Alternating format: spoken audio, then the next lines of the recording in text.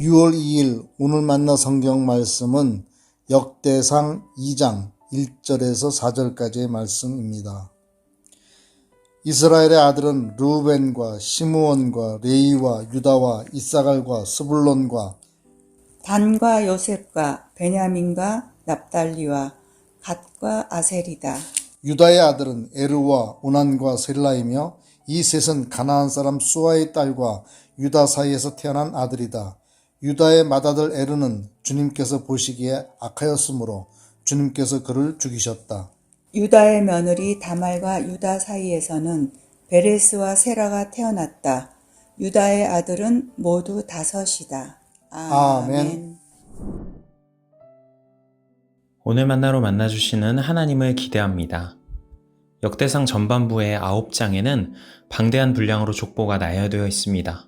900개가 넘는 이름들의 나열을 읽고 있다 보면 도무지 무슨 의미가 있는 것인지 어떤 의도가 담겨 있는지 알기가 쉽지 않습니다.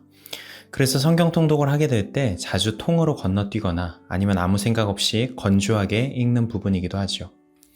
역대기의 저자는 이런 방대한 이름의 나열을 통해 무엇을 드러내고자 했던 것일까요? 이 담론을 발전시키기 위해서는 먼저 역대기가 기록될 때의 배경을 숙고해 보아야 합니다. 성서학자들은 통상 역대기의 기록 시기를 남유다가 바벨론 포로 시절을 마치고 예루살렘으로 귀환한 이후라고 말합니다. 예루살렘의 옛 영광은 사라지고 황폐해져 버린 예루살렘 공동체를 다시 일으켜 세워야 했던 시절 말입니다.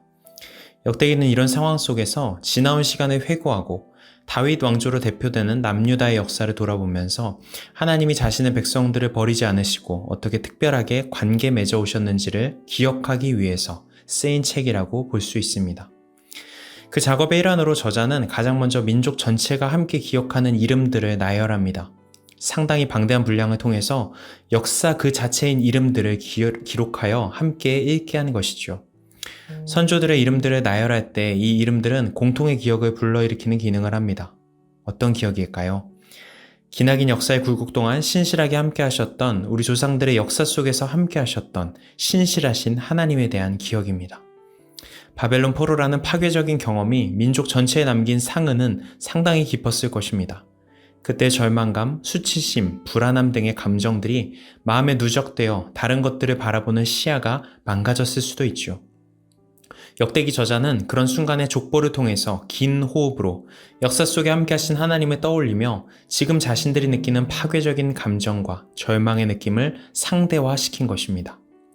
기나긴 이스라엘의 역사 속에서 우리는 점과 같이 작은 존재임을 잊지 않는 것, 그리고 크신 하나님은 모든 역경을 뚫고 장구한 시간 속에서 고고하게 우리와 함께 하셨다는 것, 이런 진리를 다시금 떠올리면서 이스라엘로 하여금 눈앞에 보이는 절망의 풍경이 전부가 아니라 그 너머에 더 중요한 분을 바라보는 상상력을 회복시키는 것이죠. 그리고 족보는 오늘 본문과 같이 특정 인물, 특정 사건에 잠시 머무르기도 합니다. 마치 이런 느낌입니다. 이 사람들의 이름과 함께 꼭 기억해야 하는 사건들 알지? 잊지 말고 잘 기억해줘. 이렇게 강조하고 있는 것이죠. 본문은 창세기 38장에 기록된 유다와 다말 사이에 벌어진 사건을 떠올리게 합니다. 시아버지인 유다와 며느리인 다말 사이에 벌어졌던 다소 기괴해 보이는 사건입니다. 시간 관계상 이 사건의 개요를 지금 다 정리할 수는 없겠습니다만 이 다말 사건의 본질을 다시 생각해 볼 필요가 있습니다. 이 사건은 정당한 자신의 몫을 요구하는 며느리를 유다가 남성으로서의 우월한 권위와 힘을 이용해 묵살하려고 했던 사건입니다. 그럼에도 이에 대해 그저 희생당함으로 끝나지 않고 조금은 발칙한 방식으로 자신의 존재감을 되찾고 정의를 회복한 사건이죠. 그리고 성경은 다말의 억울한 목소리에 주목하여 이 사건을 기록하고 다말의 행동을 긍정적으로 표현함으로써 다말의 편이 되어주신 하나님을 증언하고 있습니다. 역대기 저자는 하나님의 신실하심을 증명하는 족보 안에서 이 다말 사건을 기억하라고 다시 한번 그 이름들을 기록합니다. 이를 통해 드러내고자 했던 메시지는 분명합니다. 하나님은 목소리 없는 이들의 목소리가 되어주시고 그 존재 가치가 묵살되어 버린 소외된 이들의 보호자가 되신다는 것이죠. 그리고 그런 약자의 아픔과 슬픔에 함께 하시고 그런 사건을 통해 결국 생명의 역사를 이어가게 하시는 분이라는 것입니다. 말씀드렸다시피 역대기의 기록 시기는 포로 귀환 시기였습니다. 민족 전체가 어찌 보면 힘없는 여인과 같이 생명의 기운이 꺼져가는 비루한 상황에 놓여 있고 존재 가치가 말소될 것 같은 절망적인 상황이죠. 그러나 이 이름들을 기록하며 역대기의 저자는 하나님에 대한 핵심 기억을 끄집어냅니다. 다말의 보호자가 되어주셨던 하나님, 약자와 함께하며 생명과 사랑의 역사를 이어가게 하셨던 하나님 말입니다. 그리하여 결국은 오늘날 연약한 우리의 보호자가 되어주실 것이며 우리 민족의 꺼져가는 듯한 생명력을 다시 회복시켜서 새롭게 이어가게 하실 것이라는 소망을 바라보게 하는 것이죠. 성경은 시대를 초월하여 성령 하나님을 통해 유사한 상황에 놓여있는 오늘날의 우리들에게도 말씀하십니다.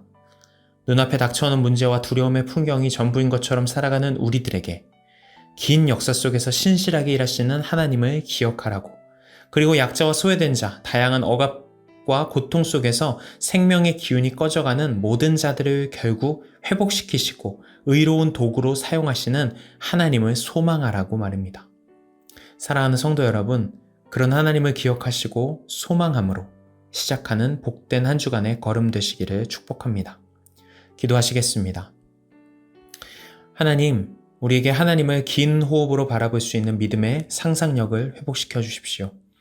그리하여 오늘 닥친 고난과 두려움의 풍경이 전부가 아님을 깨닫게 하시고 모든 연약한 자의 보호자 되시는 하나님을 신뢰하며 오늘을 살아가도록 인도하여 주시옵소서. 예수님의 이름으로 기도드립니다. 아멘. 이제 두 가지 기도 제목으로 함께 기도합니다.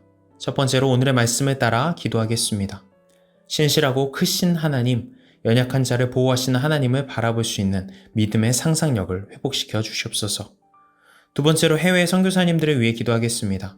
선교사님들에게 낙심되고 지치는 마음이 찾아올 때마다 돌보시고 동행하시는 하나님을 신뢰하며 인내하고 넉넉히 감당할 수 있는 용기를 허락하여 주옵소서. 이 제목으로 기도하신 후에 개인 기도로 나아가시겠습니다.